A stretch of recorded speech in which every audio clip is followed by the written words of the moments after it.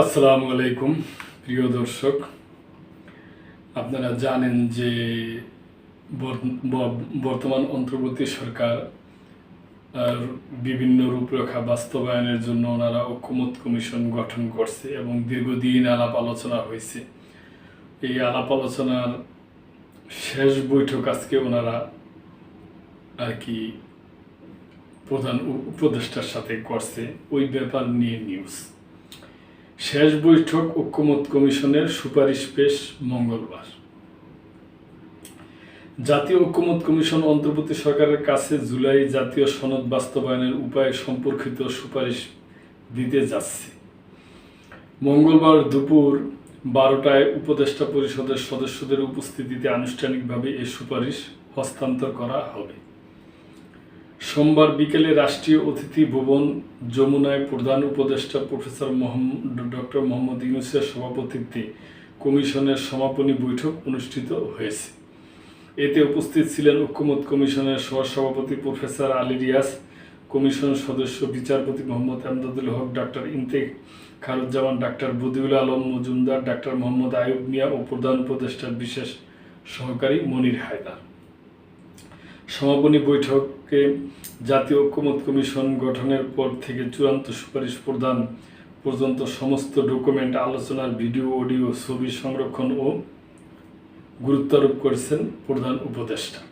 তিনি বলেন, এগুলো মূল্যবান সম্পদ। জাতি হিসাবে আমরা কোন প্রেক্ষাপটে, কী প্রক্রিয়ায়, কোন সিদ্ধান্তে পৌঁছালাম তা সবার জন্য দীর্ঘমেয়াদে সংরক্ষণের ব্যবস্থা করা এবং উন্মুক্ত থাকা দরকার।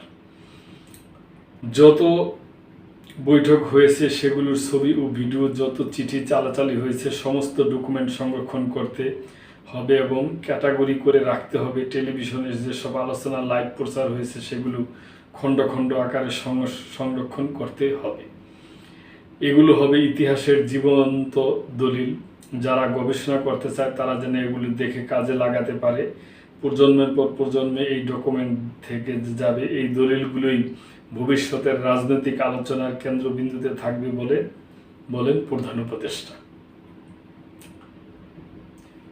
এ সময় রাজনৈতিক দল, ঐকমত্য কমিশনের সংশ্লিষ্ট কর্মকর্তা, কর্মচারী, গবেষক ও গণমাধ্যম কর্মীদের প্রতি কৃতজ্ঞতা জানান প্রধান উপদেষ্টা। সমাপনী বৈঠকে জুলাই জাতীয় সনদ বাস্তবায়নের রূপরেখা চূড়ান্ত করার পাশাপাশি অন্য সংস্কার কমিশনগুলোর সুপারিশ বাস্তবায়নেও সরকারকে পদক্ষেপ নেওয়ার আহ্বান জানিয়েছেন কমিশন সদস্যরা।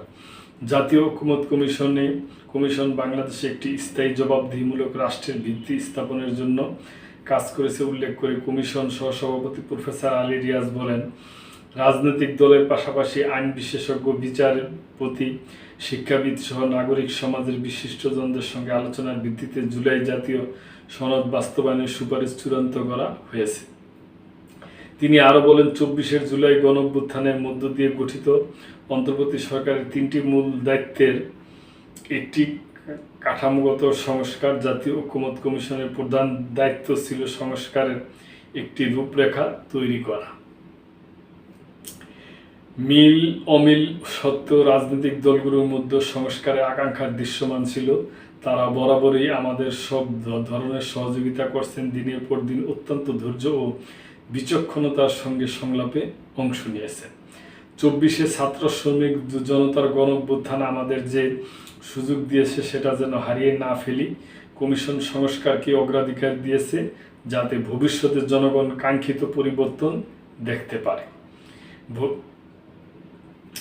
কমিশন দায়িত্ব শেষ করলো, আনুষ্ঠানিকভাবে হস্তান্তর হবে। কমিশনের মেয়াদ শেষ হবে 31 অক্টোবর। এরপরও সরকারের প্রয়োজন হলে এ দেশের নাগরিক হিসাবে আমরা ব্যক্তিগতভাবে সহযোগিতা প্রদানের চেষ্টা করব বলেন তিনি।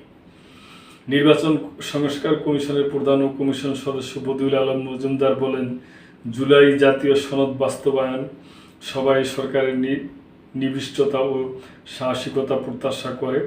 গণঅভ্যুত্থানে এত তাজা প্রাণ ঝরে গেল, এত মানুষ আহত হলো, এই স্মরণ নিয়ে রেখে প্রয়োজনীয় সংস্কার যাতে নিশ্চিত হয় এই সুযোগ যেন না হারায়।